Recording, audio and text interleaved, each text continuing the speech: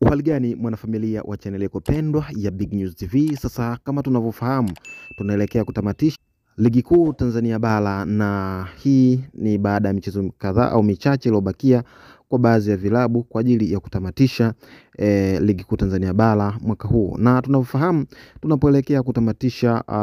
ligi kuu Tanzania bara,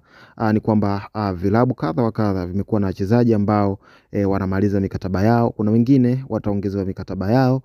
kwa ajili ya kutumikia vilabu ambavyo walikuwa wanavitumikia, na pia kutakuwa na sajili za wachezaji wapya. Kuna maingizo mapya kwa baadhi ya vilabu. Sasa tukiangazia kunako klabu ya Young Africans, ni kwamba imeonekana wako serious sana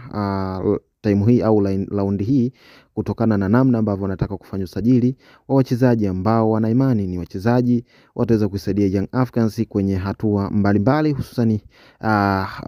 msimu ujao wa ligi kuu Tanzania bara pamoja na michuano mingine, michuano kadha wa kadha, mfano klabu bingwa barani Afrika. Sasa Young Africans inasemekana kwamba wameshafikia mazungumzo ya mwisho na mchezaji ambaye anacheza kunako klabu ya Azam FC, na mzungumzia Gibril Sila ambaye msimu huu ndipo atatamatisha mkataba wake na klabu hiyo ya Azam FC, na huenda Young Africans wakaweza kufanikiwa kumaliza maongezi na mchezaji huyo kutokana na kuepuka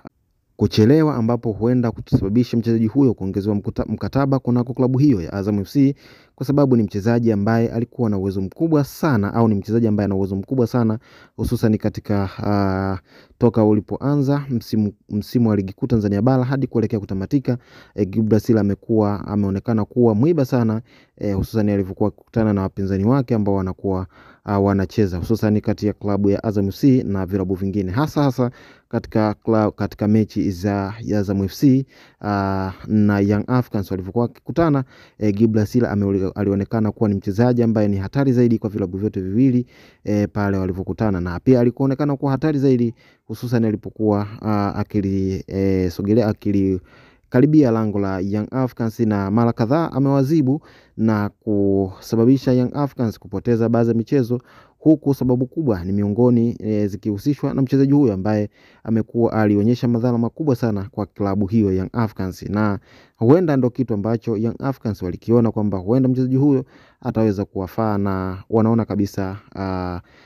nafasi yake inahitajika sana kunako klabu Young Africans kwa ajili ya kutumikia klabu hiyo. Sasa ni kwamba mchezaji huyo Gibril Sila, na kutoka vyanzo vya kuaminika ni kwamba